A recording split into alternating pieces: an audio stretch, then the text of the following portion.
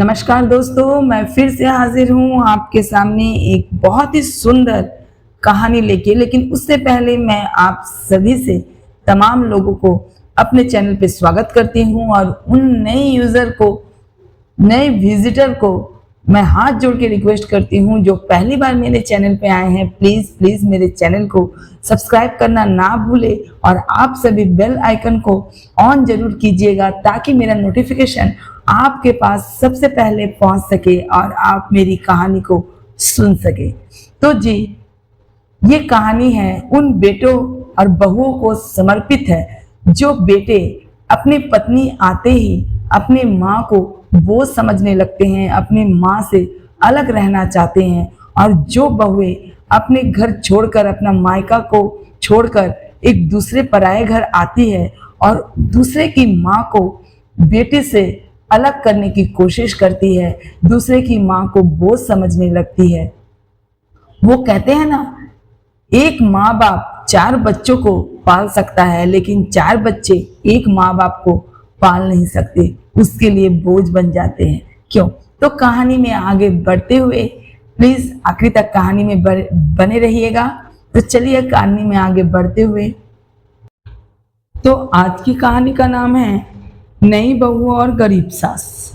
पवित्रा जी की नई बहू ने आज ही घर पे प्रवेश किया था। घर में नई बहू के आने से सब बहुत खुश थे।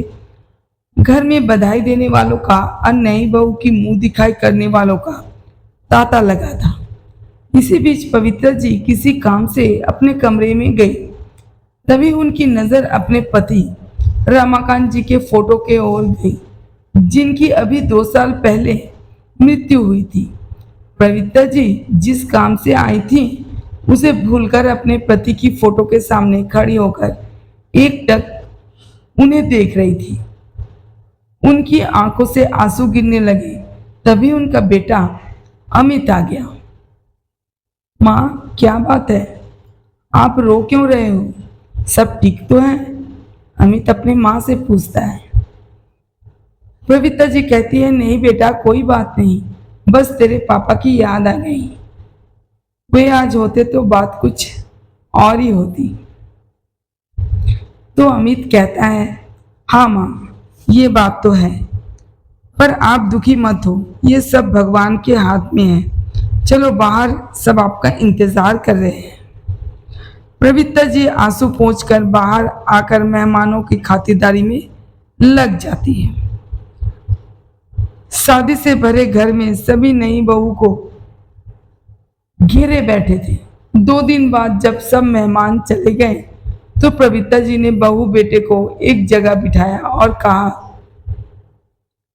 बेटी, अब यह घर तुम्हें संभालना है, ये लो घर की चाबी। तभी अंजना कहती है, माँ जी, ये चाबी आप मुझे क्यों दे रहे हैं? यह आपका घर है, आप संभालिए। अमित, तुमने माँ जी को बताया नहीं? शादी के बाद हम फ्लैट में रहेंगे। आपको बता दे, अंजना पवित्रा जी की बहू का नाम है। तभी पवित्रा जी कहती है, अमित, बहू यह क्या कह रही है? मेरे इतने अरमानों से तुम्हारी शादी की थी और तुम दोनों पहले ही मुझे छोड़कर जाने का प्लान बनाकर बैठे हो। यह कहकर पवित्रा जी रोने लगी। तो अमित कहता है, माँ, ऐसी कोई बात नहीं है, तुम जो जानती हो, अंजना नए ख्यालों की लड़की है, इसलिए हम अलग रहना चाहते हैं। यह एक एडजस्ट नहीं कर पाएगी।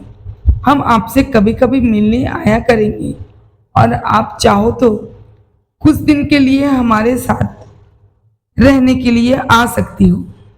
यह सुनकर पवित्रा जी को बहुत झटका लगा। उनके पति का स्वर्गवास हो चुका था।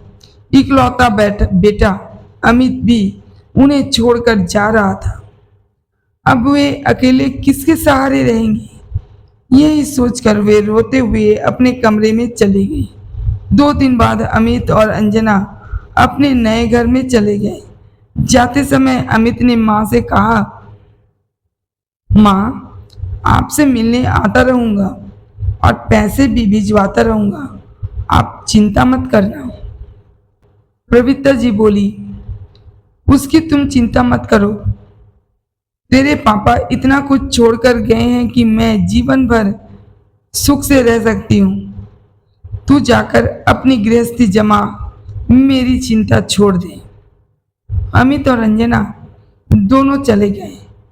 उनके जाने के बाद पवित्र जी फुट फुट कर रोने लगी, लेकिन अब कौन था जो उनको चुप करा था, इसलिए वह रोते रोते सो गई। अब जब उठी छत पर जाकर बैठ गई। इसी तरह कुछ दिन बीत गए। अमित ने अपने नए घर जाकर एक बार भी माँ से बात नहीं की। अमित के इस व्यवहार से पवित्र जी टूट गई थी। एक दिन पवित्र जी की बचपन की सहेली उनसे मिलने आई। उनका नाम कविता था। कविता कहती है, अरे पवित्रा, कैसी हो?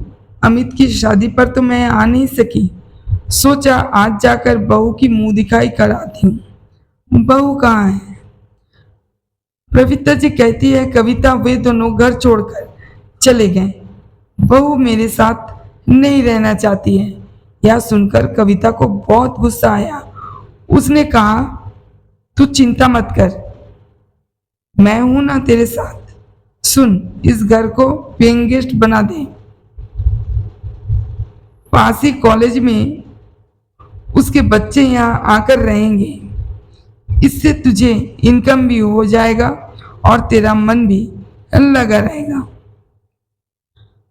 पवित्र जी कहती है, लेकिन ये सब कैसे होगा? मुझे तो कुछ नहीं आता। कविता कहती है, मैं काफी दिनों से यही काम कर रही हूँ, तू चिंता मत कर, सब इंतजाम कर दूंगी। कुछ दिन में कविता ने सारा इंतजाम कर दिया। कॉलेज के बच्चे पेइंग गेस्ट की तरह वहां रहने लगे। पवित्र जी उनसे बातें करती रहती थी, उनका अपने बच्चों की तरह ख्याल रखती थी। ये सब समय कब निकला जाता था पता ही नहीं चलता था। पवित्र जी ये सब इतनी करते हुए इतनी खुश रहने लगी, उन्हें अब अमित और अंजना की याद भी नहीं आती थी। बच्चे भी उन्हें बहुत मानते थे। इस तरह उनका अकेलापन भी दूर हो गया और उन्हें किसी पर बोझ बनकर भी नहीं रहना पड़ा। दोस्तों, ये कहानी उन बेटों और बहुओं पर समर्पित है जो अपनी मां को बोझ समझते हैं। बुढ़ापे की लाठी बनने के बजाय उन्हें अपने से अलग कर कहीं दूर छोड़ आते हैं। तो आशा करती हूँ ये कहानी आप लोगों को अच्छी लगी होगी और प्लीज़ नए सब्सक्राइबर जरूर बेल आइकन को ऑन कर दीजिएगा और चैनल को सब्सक्राइब करना नहीं भूलिएगा। ऐसे ही नई नई कहानी के लिए साथ बने रहिएगा। फिर से मैं नई कहानी लेके आऊंगी, तब तक अपना ख्याल रखिएगा। जय माता दी, नमस्कार।